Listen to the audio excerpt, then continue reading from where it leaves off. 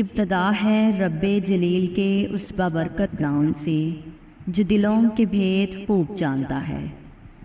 ناظرین اکرام، آج ہم ایک ایسی قوم کے بارے میں بات کرنے جا رہے ہیں جنہوں نے ایسی برائی کو ایجاد کیا جو ان سے پہلے دنیا میں کسی قوم نے نہ کیا تھا، ایسی بدکاری جس کی مثال تاریخ میں کہیں نہیں ملتی۔ اس قوم کا نام ہے قوم لوط۔ ناظرین اکرام، اس قوم نے ایسا کیا کام کیا تھا اور ان کا کیا انجام ہوا؟ ناظرین اکرام، حضرت لوط علیہ السلام اللہ کے ایک برگزیدہ نبی تھے۔ آپ کے والد کا نام حاران تھا۔ آپ کی پیدائش عراق کے قدیم شہر پر میں ہوئی تھی۔ اس شہر میں ابراہیم علیہ السلام کا مسکن تھا۔ دراصل لوط علیہ السلام کے والد حاران حضرت ابراہیم کے سگے بھائی تھے، یعنی حضرت لوط علیہ السلام حضرت ابراہیم کے بھتیجے تھے۔ چونکہ حضرت لوط علیہ السلام کے والد ان کے بچپن میں ہی انتقال کر چکے تھے، لہٰذا حضرت لوط کو حضرت ابراہیم نے بیٹا بنا کر پالا تھا۔ آپ حضرت ابراہیم پر سب سے پہلے ایمان لانے والوں میں شامل ہیں۔ آپ حضرت ابراہیم کے زمانے میں اہل سدوم کی رہنمائی کے لیے نبوت کے منصب پر فائز ہوئے۔ حضرت لوط کے بارے میں بہت سارے معجزات ہیں۔ آپ جس وقت بارش کے لیے دعا کرتے تھے تو آسمان بادلوں سے بھر جاتا اور خوب بارش ہوتی تھی۔ حضرت لوط جس پتھر پر سر رکھ کر سوتے، اس پتھر پر آپ کے سر مبارک کا نشان بن جاتا تھا۔ سدوم وہ علاقہ تھا جہاں لوط علیہ السلام مبعوث فرمائے گئے۔ سدوم کے آس پاس 5 نہایت ہی خوبصورت شہر آباد تھے، جن میں سے ہر ایک کی آبادی 1 لاکھ سے زیادہ تھی۔ یہ علاقے نہایت ہی سرسبز و شاداب اور قدرت کی فیاضی کا حسین شاہکار تھے۔ لہلہاتی کھیتیاں یہاں کی ضروریات سے کہیں زیادہ تھیں۔ اردن، شام اور اسرائیل کے درمیان بسا ہوا یہ علاقہ نہایت ہی زرخیز تھا۔ وہاں طرح طرح کے اناج، پھل، میوے بکثرت پیدا ہوتے تھے، اور یہی وجہ تھی کہ آس پاس کی بستیوں کے لوگ بھی اپنے معاشی اور غذائی ضروریات کے لیے ان بستیوں کی طرف آتے تھے۔ مگر یہ بات اہل سدوم کے لوگوں کو بالکل بھی پسند نہ تھی۔ ان کے خیال میں ان کی بستیوں میں پیدا ہونے والے پھلوں، اناجوں اور سبزیوں پر صرف انہی کا حق تھا۔ وہ نہیں چاہتے تھے کہ دوسری بستیوں کے لوگ ان کے علاقے میں آئیں۔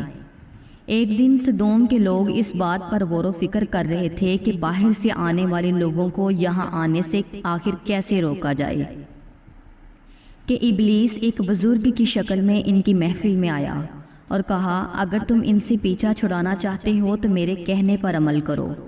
اس اجنبی بزرگ کی بات لوگوں نے بہت توجہ سے سنی۔ ابلیس نے کہا، میں کل بتاؤں گا۔ دوسرے دن ابلیس ایک خوبصورت نوجوان لڑکے کے بھیس میں آیا اور انہیں اپنی عورتوں کے بجائے مردوں کے ساتھ فعل بد کرنا سکھایا۔ ابلیس نے کہا کہ اگر تم ان بستیوں کے لوگوں سے نجات چاہتے ہو جو تمہاری بستی میں آ جاتے ہیں، تو ایسا کرو کہ جب بھی کوئی شخص تمہارے علاقے میں آئے تو تم لوگ زبردستی اس کے ساتھ اپنی خواہش پوری کرو۔ اس طرح یہ لوگ اس بستی میں آنا چھوڑ دیں گے۔ اپنی نفسانی خواہشات کے لیے مردوں سے بدفعلی اس قوم کا دستور بن گیا۔ یہاں بے حیائی عام ہو گئی تھی۔ حکمران، سردار اور ہر طبقے کے میں گھر گھر یہ بدعملی پھیل گئی تھی۔ بڑی محفل میں یہ لوگ اس فحاشی کے کام کو کر کے خوش ہوتے تھے۔ کوئی بھی محفل میں اس کام کے بغیر ادھوری سمجھی جاتی تھی۔ خاص کر مسافروں سے کوئی خوبصورت لڑکا ہوتا تو یہ لوگ اسے اپنا شکار بنا لیتے تھے۔ تلمود میں لکھا ہے کہ اہل سدوم اپنی روزمرہ کی زندگی میں سخت ظالم، دھوکے باز، بد معاملہ تھے۔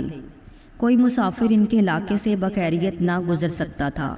کوئی غریب ان کی بستیوں سے روٹی کا ایک ٹکڑا نہ پا سکتا تھا۔ بارہا ایسا ہوتا تھا کہ باہر کا آدمی ان کے علاقے میں پہنچ کر فاقوں سے مر جاتا اور یہ اس کے کپڑے اتار کر اس کی لاش کو برہنہ دفن کر دیتے۔ اپنی وادی کو انہوں نے ایک باغ بنا رکھا تھا جس کا سلسلہ میلوں تک پھیلا ہوا تھا۔ اس باغ میں وہ انتہائی بے حیائی کے ساتھ اعلانیہ بدکاریاں کرتے تھے۔ حضرت لوط علیہ السلام نے انہیں توحید کی دعوت دی اور بدکاری کے عمل سے توبہ کرنے کا حکم دیا۔ حضرت لوط علیہ السلام نے کہا، تم بے حیائی کیوں کرتے ہو؟ کیا تم عورتوں کو چھوڑ کر لذت حاصل کرنے کے لیے مرد کی طرف مائل ہوتے ہو؟ حقیقت یہ ہے کہ تم احمق ہو۔ حضرت لوط اہل سدوم کو دن رات وعظ و نصیحت کیا کرتے تھے، لیکن قوم پر اس کا کوئی اثر نہ ہوتا تھا، بلکہ وہ بہت فخریہ انداز میں یہ کام کرتے تھے۔ انہیں حضرت لوط علیہ السلام کا سمجھانا بھی برا لگتا تھا، لہٰذا انہوں نے صاف صاف کہہ دیا، اگر تم ہمیں اسی طرح برا کہتے رہے اور ہمارے کاموں میں مداخلت کرتے رہے تو ہم تمہیں اپنے شہر سے نکال دیں گے۔ حضرت لوط علیہ السلام نے نصیحت تبلیغ کا سلسلہ جاری رکھا، لہٰذا ایک دن اہل سدوم نے خود ہی عذاب الہی کا مطالبہ کر دیا۔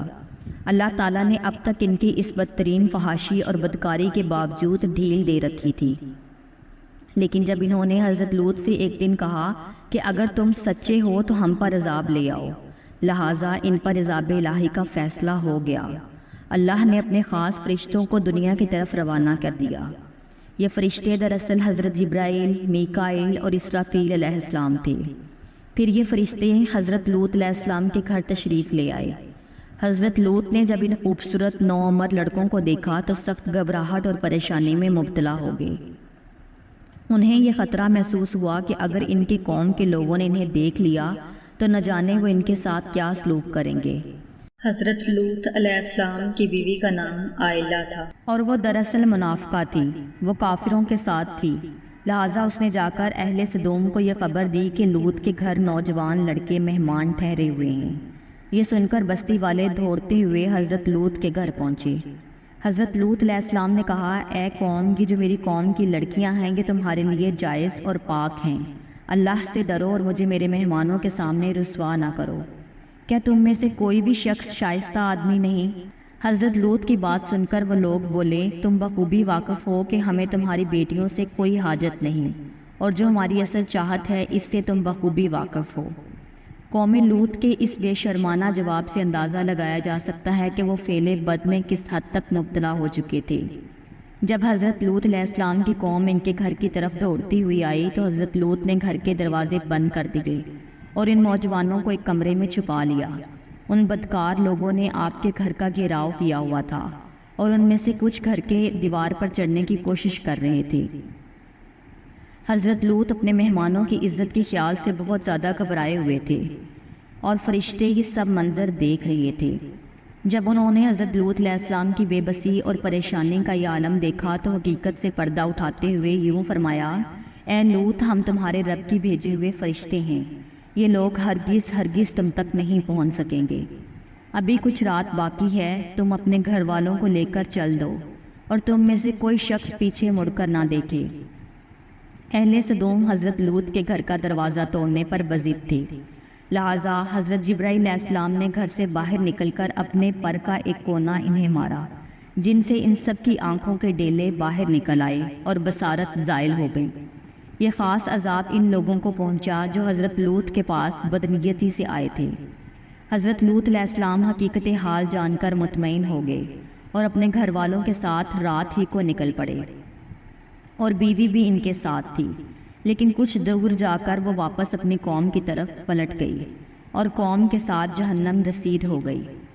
صبح کا آغاز ہوا تو اللہ کے حکم سے حضرت جبرائیل نے بستی کو اپنے پر سے اکھاڑ دیا اور پھر اپنے بازو پر رکھ کر آسمان پر چڑھ گئے، یہاں تک کہ آسمان والوں نے بستی کے بھونکنے اور مرغوں کے بولنے کی آوازیں سنی۔ پھر اس بستی کو زمین پر دے مارا، جس کے بعد ان پر پتھروں کی بارش ہوئی۔ ہر پتھر پر مرنے والوں کا نام لکھا ہوا تھا۔ جب یہ پتھر ان کو لگتے تو سر پاش پاش ہو جاتے۔ صبح سویرے شروع ہونے والا یہ عذاب اشراق تک پوری بستی کو نیست و نابود کر چکا تھا۔ قوم لوط کی ان خوبصورت بستیوں کو اللہ تعالیٰ نے ایک انتہائی بدبودار اور سیاہ جھیل میں تبدیل کر دیا، جس کے پانی سے رہتی دنیا تک کوئی فائدہ نہیں اٹھایا جا سکتا۔ سمندر کے اس خاص حصے میں کوئی جاندار مچھلی، مینڈک وغیرہ زندہ نہیں رہ سکتی، اس لیے اسے ڈیڈ سی یعنی بیریا مردار کہا جاتا ہے، جو اسرائیل اور اردون کے درمیان واقع ہے۔ ماہرین نے 10 سالوں کی تحقیق جستجو کے بعد اس تباہ شدہ شہر کو دریافت کیا تو تحقیقات سے پتہ چلا کہ اس شہر میں زندگی بالکل ختم ہو چکی ہے۔ اس شہر کے راستے اور کھنڈرات کو دیکھ کر آرکیولوجسٹ نے یہ اندازہ لگایا کہ جب یہ شہر تباہ ہوا تو اس وقت شہر کے لوگ اپنے معمولات کے کاموں میں مصروف تھے اور ان کی زندگی اچانک ختم ہو گئی۔ اہل صدوم جنہیں پتھر بنا دیا گیا تھا، ان کے بت ابھی تک بیریہ مردار کے پاس موجود ہیں، جو تا قیامت لوگوں کے لیے ایک عبرت ہے۔